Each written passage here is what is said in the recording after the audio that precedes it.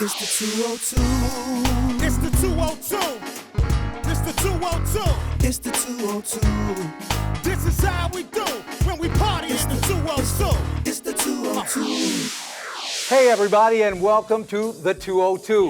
I'm Ferman Patterson here with my lovely co-host, the very talented and very lovely Michel Wright. Hey everyone, hi Ferman, how you doing?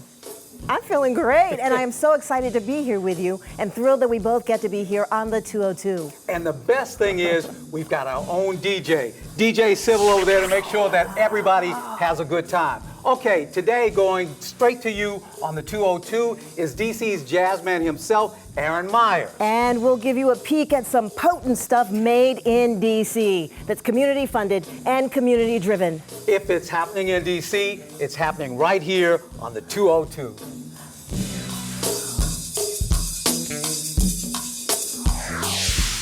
And welcome back to the 202. Now, Michel. Yes, Ferman. First of all, you're looking fantastic. Thank today. you, and you look amazing. And That's a nice color for you. Really, you think so? Yeah. You look beautiful in orange, but you know, guys, whatever they put on me. Well, you look good. You carry it well. You wear it well. Well, I know you've been pretty busy, and I think you've been cooking. So first of all, tell us what you've been up to. Well, I mean, I always cook. I love to cook. And I love to eat. And, you know, I have this thing, a confession, I guess. I have dated a chef or two. Oh, really? Oh, Yes. a little inside I won't share any info. names because some of them you've probably seen on TV, but I just love a man who can cook, and I love to cook. And one of my favorite things to do on weekends, on Sundays, I love brunch. It's one of my favorite meals. Me too. You Love know? brunch. Yeah, because you get French toast, and then you get some burgers if you want, and some grilled chicken. And Bloody some, Marys. Oh, yeah. Oh, well, yeah. Bloody Marys them. for you, champagne or Prosecco for me. Yeah. But I love to cook, and I love chefs, and a lot of my friends are chefs. And one of my friends in particular, we call him Mr. Foodtastic. I like that name. Yes, Chef Jay Jackson. Yes. We got to cooking at his place recently. And you want to see what we prepared? Oh, yeah, of course You know, I some do. of the kitchen antics? You're cooking. This is not really cooking with Bay, but it's cooking with my buddy. Let's see what I was up Okay, to. I see you. Yeah, there you go. Yeah. So what are you making? Well, we were making a vegetarian dish with just comfort food. It was kind of a soup. You could put it in a crock pot and start it in the morning if you want, you know, for those of us that are very, very busy. Yeah. But we had potatoes and tomatoes and, you know, greens, peas, you know, not all of that, but close. And we had garlic and onions, and Wow. it was delicious. And we made a very simple curry coconut sauce. Yeah. And it was delicious. Oh, it Delicious. looks fantastic. So I'm cooking all the time, and I'm going to have to cook for you soon. You definitely have to. Yeah, definitely have to. Yeah. Okay. So I've been pretty busy covering some red carpets. You know, DC is a movie town. Yeah, and you love movies. Oh, I I love see you on movies. the red carpet all the time. All the time. And you're all the time. interviewing all these famous people. Well, we had Jackie, which was one of the premieres in DC. They held it at the museum. Oh, yeah, yeah. Natalie Portman stars in it, and a bunch of stars were there. But, you know, everyone's waiting for that movie because everyone knows the Jackie story. Everyone knows what happened, Yes. you know, during the presidency, Camelot and everything. Yes. But that was fantastic interviewing Natalie Portman and the director and screenwriter of that movie. Lots of people come out in DC, and we promote film in DC. Okay. Let's see, what else? Fences. Oh. Denzel Washington Yes, and the Viola crew. Davis. Oh, she's one of my favorite actresses. Did you see them both? No, Viola Davis wasn't there, but Okay. Denzel Washington and the entire cast Wow. of Fences was there. And they held it at the National Museum of African American History and Culture. Oh, that's Which is a awesome. fantastic place. But that seems to be the place now for yeah. these red carpets. Oh, yeah. Wait, did you get to talk to Denzel? I talked to Denzel and his wife. What? And his wife. We interviewed them on the red carpet. And he told me what was interesting is that he was approached by August Wilson, the scriptwriter, to do the Screenwriter, movie yes. years ago. Yes. But he said, I want to do the play. This is interesting. I want to do the play, maybe the film later. So now it's Wow. come full circle. And he's not only producing, directing, but starring in the film. Awesome. Now, I know you're curious about Hidden Figures. Oh, fantastic. I mean, that movie is important because it talks about black women Yes. who weren't recognized for what they were doing during the NASA era, the space drive. Brilliant black women. Yeah, Taraji P. Henson, Janelle Monáe. Janelle Monáe, that's her And- second movie. it She is? did Midnight, I think. Okay. And what's the third actress actress's name? Octavia. Octavia Spencer. Yes. Oh, fantastic. Fantastic. Wow. But they were all there. Pharrell was there. But that film is very important because it's time that these women get the recognition that they had. Oh, yeah. You know, they were the ones crunching the numbers during that time, during the NASA space race. And it was amazing to see them all. Wow, Hidden Figures is just so necessary. Yes. As a matter of fact, that was one of the songs I was listening to in the dressing room when we were preparing. Yeah. And you heard me pull up a song on my phone. And you were bopping It to was Pharrell and Layla Hathaway, Surrender, from that movie soundtrack. Yeah. Yeah. Fantastic. And for people not only, I think schools should see that film. I think because it's so important that these women were so crucial, but they weren't given the recognition. They had to go to separate bathrooms and things like that. But I understand that one of the astronauts did not want to go up until he got the final figures crunched by one of the women in that group. Wow, a woman. And so many people don't really know the story, the behind-the-scenes story, you know, that the mathematicians, the scientists, you know, just awesome stuff to know our brilliance. It's so important. Yeah. So important. So more red carpets to come. But when we come back, a new meaning to the phrase homemade spirits. Stay right where you are for our Made in DC segment when the 202 returns. We'll be back.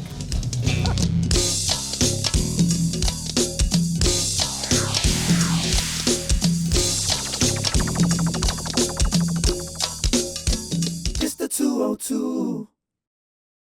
It's the 202. It's the 202. It's the 202. It's the 202.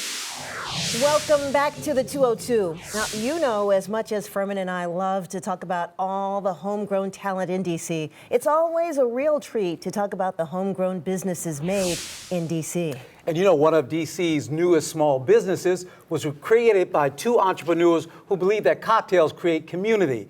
Take a look at Civic Vodka, made in DC. The District of Columbia is now the capital of creativity. With its diverse array of makers, it is a must that we bring you Made in DC. I'm here at Big Chief, where they're known for exciting libations and even more exciting times. We're gonna go in here and talk about a new product, a product that's made right down the street to be exact, Civic Vodka. Come with me.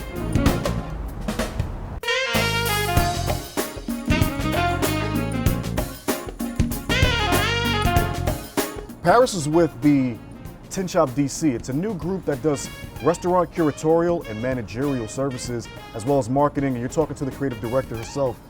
Tell me a little bit about Tin Shop, number one, and this whole new revitalization of the restaurant industry in DC. We've been just opening up really cool businesses all around DC, honestly. We're kind of going into these neighborhoods that are kind of untapped.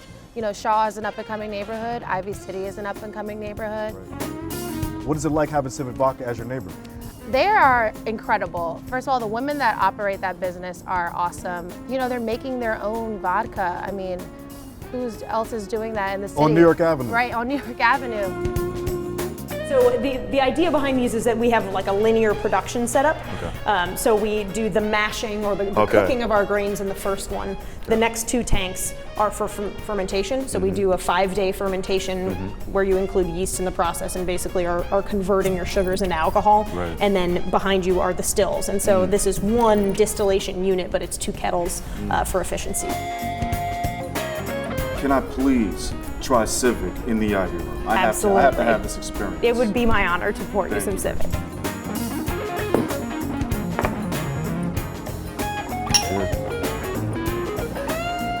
Very smooth. I'm in the Ivy Room in Ivy City with Rachel, and I've had some Civic, y'all. It's definitely worth your time and worth the pour. Come on by when you get a chance. We're right on New York Avenue. You probably pass it every day. Rachel, thank you for bringing Civic to the district. Thank you so much for having us. This is truly made in DC. Fantastic. You know, DC is so hot. I mean, a vodka-making distillery owned by 2 women right here in this city. I know it. I would love a tour, but I also love to see you with your Bloody Marys made with Civic Vodka. Made with Civic. From now on. Now on? Now on. Okay, that's a bet. Everyone knows DC is a community with a rich jazz history. Duke Ellington, U Street, Bohemian Caverns, you name it. But is that rich history enough to sustain jazz history in the 21st century, Washington? Well, Britt Waters of DCN's The Sound got a chance to sit down with Aaron Myers, one of DC's leading jazz artists, and jazz saxophonist Herb Scott, to talk about it. Thank you so much for joining me, Herb Scott, a saxophonist, and Aaron Myers, vocalist, and so much more. Thank you very much for having us. Of course. Now, you're from D.C., and you've kind of made D.C. your home. I've been here 9 years now. Okay. And I decided to make it my home, so y'all can bury me in Congressional. And historically, D.C. is a great place for jazz, correct? Absolutely. Yes. Absolutely. Our U Street is older than the Harlem area. Yeah, we can just look back at Duke Ellington and the great Count Basie had a residency. Howard Theater is older than the Apollo. I mean, we have a unique place in history, for jazz history, nationwide, worldwide, all right here in Washington, D.C. That's right. And we've seen over the years a lot of that kind of start to slip away to a degree, but now we're seeing a huge resurgence. Yes. People who, if you think jazz is dying, you're sadly mistaken. Now, when I came here, I was like, oh, this is the jazz mecca. But when I turn on the radio, I don't hear jazz as often. When I'm going to shows, it's not authentically jazz. Why is that?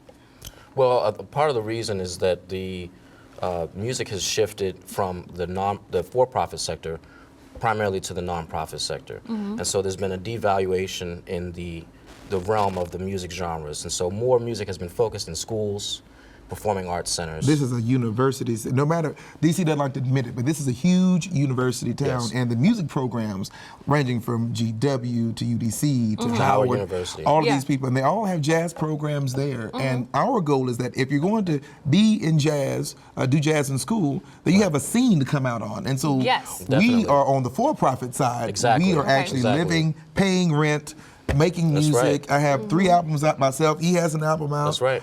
Grammy ballot here. We've both been award winners. That's right. So we're like, DC we is want a place where you can be a jazz artist for a living. Well, That's that's right. what we for a Yes. living. We want you to have a good living. That's yes. right. That's what because we're trying to it's do. expensive to be a jazz. I see you all the time with your saxophone. Yes. You guys wear tux all the time, and I heard that you guys don't rent them. No, we pay for it. We have to. We Because have you to. never know. You're going to be at. I mean, you're in the nation's capital. You might play at the White House or in Congress or on the Hill. and you don't want to have to try to find a tuxedo. Or try to something find like that. cufflinks. No. You know, around town. So how can we kind of make sure that jazz artists are supported so they can buy their tuxedos and have a living here in the district? Well, first of all, so Herb and I in April, after one of our behemoth clubs, Bohemian Caverns, closed down. That's right. A place that actually paid musicians what they're worth. Now, usually a going rate for a gig is like $100. $100 a night. If you do 5 nights a week, $100 gigs, you're not going to be able to live in Washington, D.C. And that includes your band. I think. Well, no. A person. Per person. Exactly. Okay. So like you $500 a week,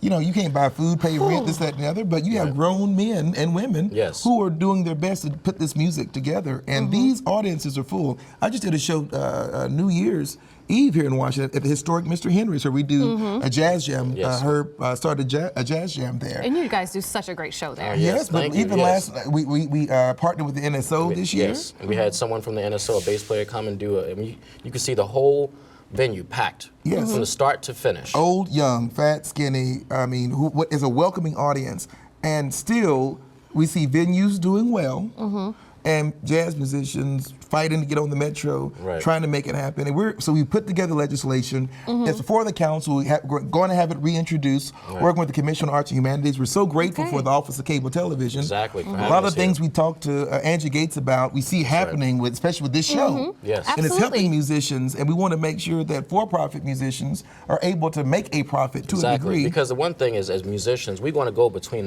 those two worlds Always. seamlessly. Absolutely. We will play at the churches, but we will also play at the clubs.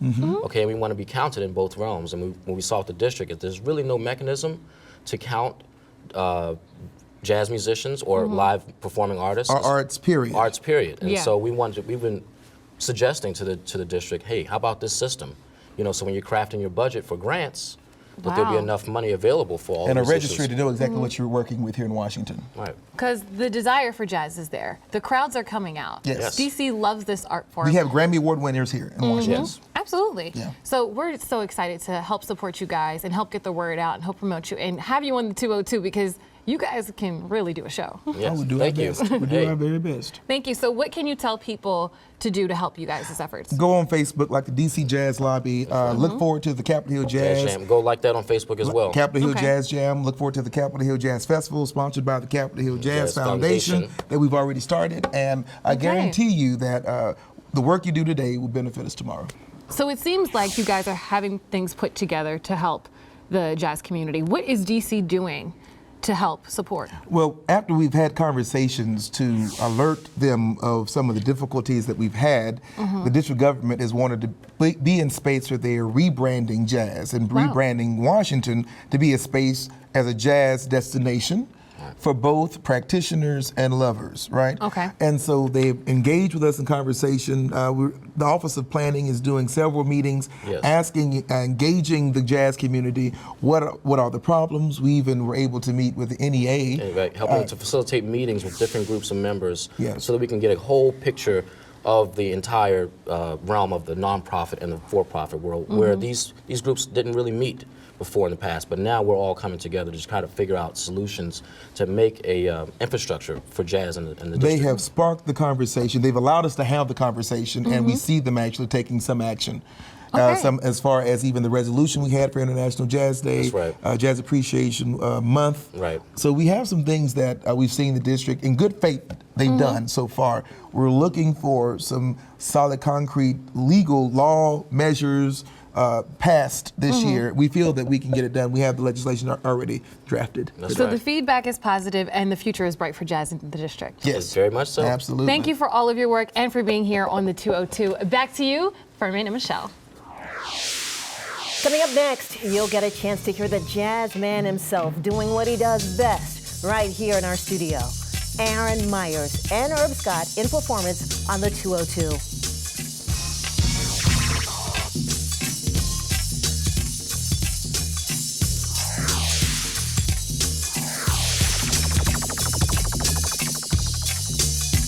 It's the 202. It's the 202. It's the 202. It's the 202. It's the 202. And welcome back to the 202. Ladies and gentlemen, Mr. Aaron Myers and Mr. Herb Scott on our soundstage.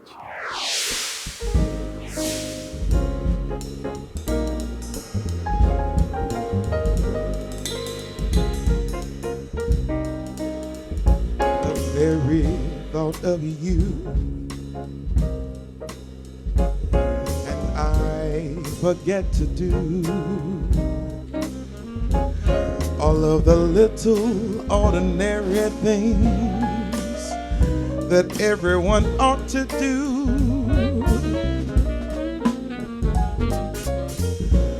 I'm living in a daydream.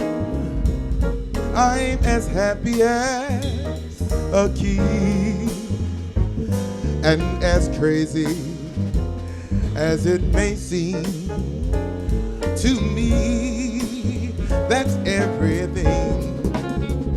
The mere idea of you, longing here for you. Baby, you may never know how long each moment goes until I'm near to you. I see your face in every flower and your eyes in skies above. It's the thought of you, the very thought of you, my love.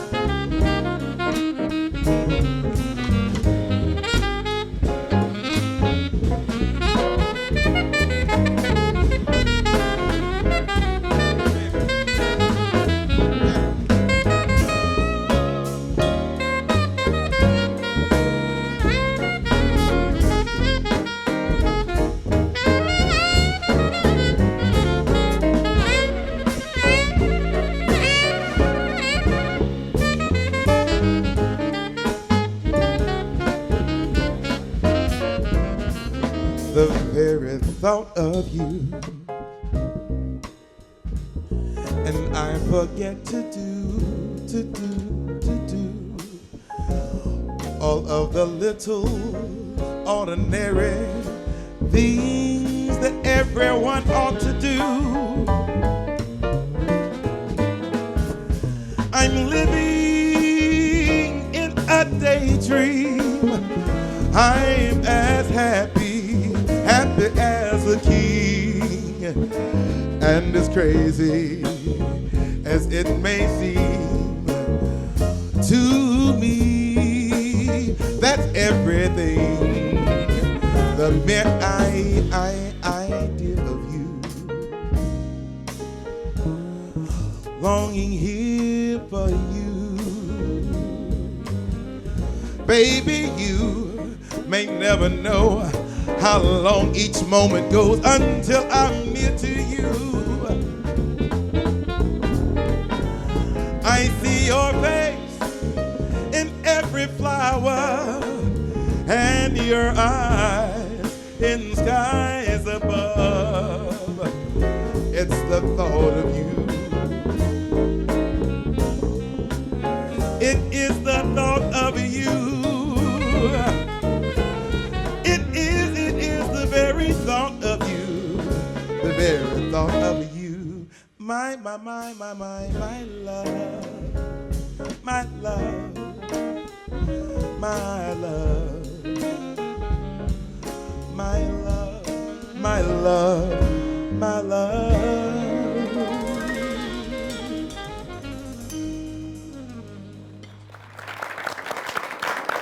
Wasn't that great? Fantastic. Aaron Myers is always fantastic. Anyway, that's it for the 202. Thanks to all of you for being a great audience. And don't forget our fantastic guests today, Aaron Myers and Herb Scott. And of course, Britt Waters. And we'll see you again on the next edition of the 202. When we party in the 202. Hey. Home of that good live music. Live on set, live audience approves it. The best hosts, it don't get no tighter. Ferman and Michel can't get no whiter. Taxation, no representation. But the 202 repping for the capital nation. So from 703 to the 301. Yeah, we all come to have some fun. It's the 202. It's the 202. It's the 202. It's the 202. This is how we do when we party in the 202. It's the 202. This the 202. This the 202. It's the 202. This is how we do when we party in the 202. It's the 202. This the 202. This the 202. It's the 202. This is how we do when we party in the 202. It's the 202. This is how we do when we party in the 202. It's the 202. It's the 202. It's the 202. It's the 202.